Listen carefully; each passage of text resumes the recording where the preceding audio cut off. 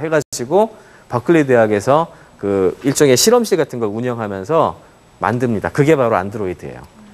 처음에 몇 사람 모여가지고 만들기 시작한 이 소프트웨어를 구글이 인수를 한 거예요.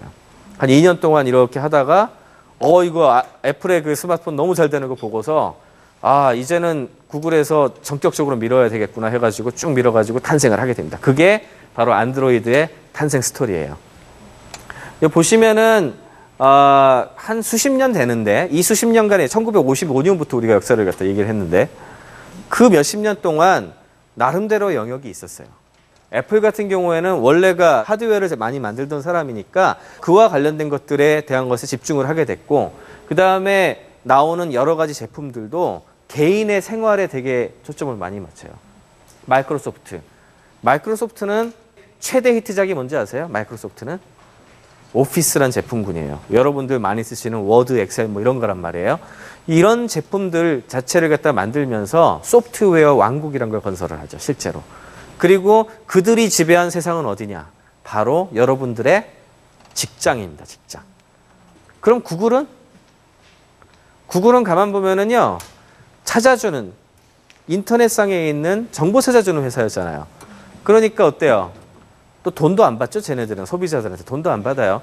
저거 갖고 어떻게 돈 벌지? 막 이렇게 생각을 했는데, 근데 구글은 네트워크 컴퍼니니까, 인터넷 컴퍼니니까, 되도록 많은 사람들이 자기네 서비스를 써가지고 유용성을 찾으면 그 사람들이 우리 서비스를 쓸 때 아주 약간의 세금을 거두면 된다고 생각을 해요. 그 세금이 뭐죠? 광고예요. 광고를 거기 엮어가지고 잘 쓰게 만들기만 하면은 우리들은 그것만 조금씩 벌면 된다. 이제 이런 주의거든요. 그래서 그들 영역이 다 틀리잖아요. 그래서 나름대로 자기네들 영역에서 싸웠었던 거예요. 근데 그게 모바일 스마트폰 체계로 넘어가고 태블릿으로 넘어가면서 이제 무너지는 거죠. 애플은 구글의 영역을 침범하고 마이크로소프트도 구글의 영역을 침범하고 반대로 구글도 애플을 침범을 하고 애플도 구글을 침범하고 이제 더 이상 경계가 없는 거예요. 이 경계가 없어지는 현상은 단순히 여기에서만 일어난 게 아닙니다. 다른 곳도 다 마찬가지예요. 우리나라도 지금 그 영향을 받고 있어요. 예를 들자면은 애플의 스마트폰이 굉장히 중요했던 이유는 그 자체에도 있고 아까 전에 말씀드린 대로 그 안에 깔려있는 어떤 프로그램에 대한 문제도 있지만 더 큰 의미는 뭘로 보고 있냐 하면은 과거에는 스마트폰 또는 휴대폰의 헤게모니를 정치의 헤게모니를 누가 쥐고 있었다고 우리가 봤나 하면은 우리나라도 그랬지만 이동통신사가 쥐고 있었어요. 이동통신사가 무슨 제일 마지막에 우리가 고객 접점이라 그러는데 고객들을 만나기 때문에 이 가격대에 이 정도 가격으로 받아가지고 쓰면 된다. 이런 거를 결정을 했었다고요. 근데 애플의 스마트폰이 나오면서 어떻게 바뀌냐 하면 이걸 누가 제조했나에 따라 가지고 이동통신사가 바뀌는 현상으로 나타나게 됩니다. 사람들이 그걸 고르는 것도 그래서 원래 서비스 같은 것도 앱스토어 같은 서비스만 하더라도 그전에는 이동통신사의 어떤 서비스 마켓에 들어가지고 거기서 거쳐가지고 쓰지 않으면 안 됐던 거잖아요.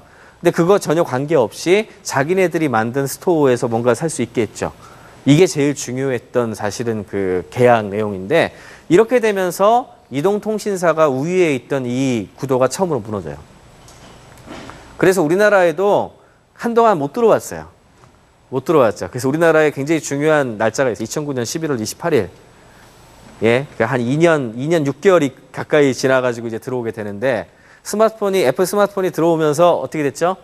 사실상 옛날 같은 이동통신사 힘은 떨어졌어요. 지금 옛날 같지는 않죠. 그리고 제조사들 나름대로의 어떤 뭔가를 내주기 시작한 거죠. 그럼 반대는 안 일어날까요? 반대도 일어납니다, 이제. 무슨 얘기냐? 이젠 이동통신사들이 고객 초점이 있는데 굳이 제조사들 영역을 침범하지 말란 법은 또 없죠. 그러니까 아마 제 생각에는 앞으로는 또 이동통신사들이 새로운 제조산업이라든지 또 작은 데들하고 연대를 해가지고 새로운 뭔가를 내놓는다든지 이런 어떤 시나리오도 충분히 가능합니다. 그러니까 여기에서 나오는 이런 전쟁터가 우리나라에서도 전혀 적이 아니고 원래 협력 업체였던 곳들도 같이 이렇게 또는 협업을 하거나 아니면 싸우거나 그런 상황으로 바뀔 수 있는 그런 토대가 마련됐다라고 이해를 하셔야 돼요.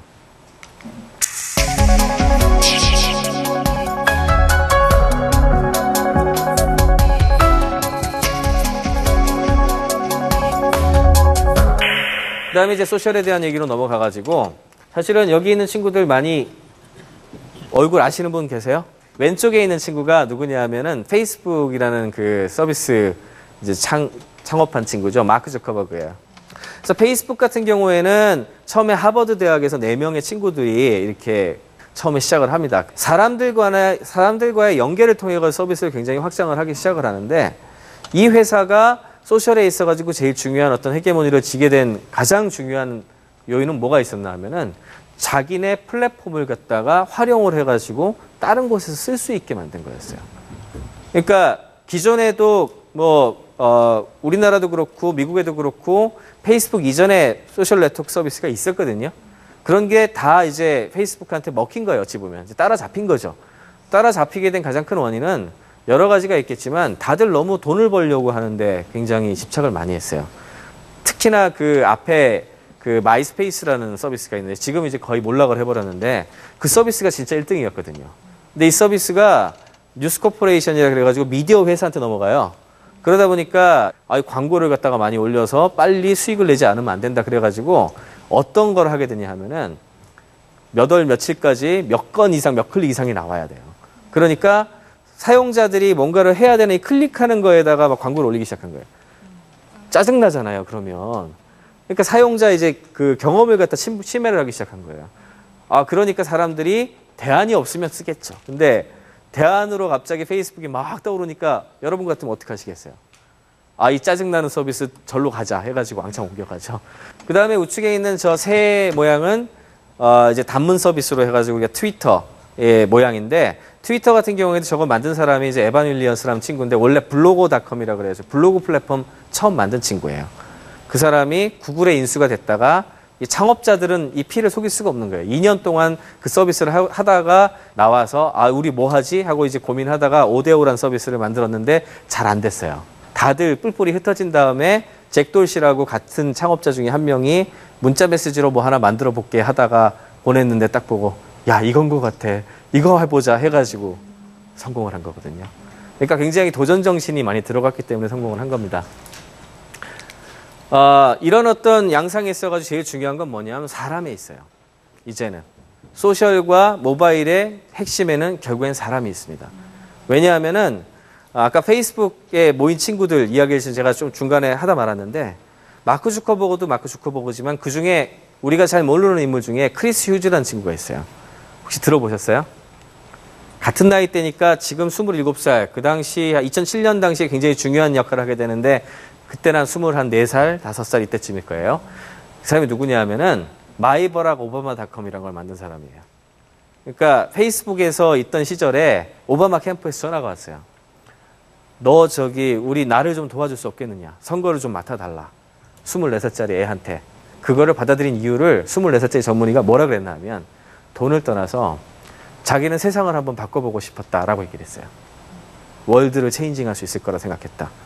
당시에 제안을 받았을 때 오바마가 전체에서 민주당 내에서도 한 5등 할 때였대요. 그러니까 뭐 민주당 내 선거운동 그것도 못 올라오는 상황이었던 거예요. 이 친구가 딱 받아서 가가지고 유튜브 이하 소셜 네트워크 관련된 걸 총 활용을 해가지고 잘 아시는 바와 같이 결과는 어떻게 됐어요? 미국의 대통령을 만들죠. 그래서 크리스 휴즈 같은 경우에는 그 굉장히 유명한 잡지 같은 데에도 오바마를 대통령으로 만든 키드, 아이라고 소개해도 되고 막 이랬었습니다. 근데 이 친구가 더 인상적이었던 건 뭐냐 하면은 그리고 나서 대통령이 자기가 서포트하는 사람이 됐으니까 거기 가가지고 뭔가를 할 것 같은데 그러지 않고 전 세계를 돌아다녀요. 특히 남미나 아프리카, 인도 이런 데를 많이 다녔어요. 왜? 세계의 어떤 잘못된 것들을 고치려면 우리가 뭘 할 수 있을까? 그런 걸 고민을 하고 다닌 거예요. 몇 년 동안. 그리고 나서 돌아와서 작년 말에 뭔가를 만들었는데 그게 뭐냐면 주모라는 걸 만들었어요. 주모. NGO 단체입니다. 지금까지는 NGO 단체를 만들어가지고 거기에 돈을 많이 투자를 해가지고 돈만 기부를 하면 된다. 뭐 이런 식으로 생각을 하기 쉬웠는데 그게 아니라 내가 전 세계를 돌아다녀 보니까 제일 중요한 건 거기 어느 나라에 뭐가 부족하고 어떤 사람이 가서 무엇을 해야 되는지 그와 관련된 것들을 연결해주고 지원 체계를 만들어주는 게 제일 중요했다고 느꼈다라고 하더라고요. 그래서 그런 걸 만들어주는 사이트를 만든 거예요. 어찌 보면 사람 기반의 소셜 네트워크를 통해 가지고 그걸 또 하고 있는 거고요. 그래서 이런 어떤 철학에 대해서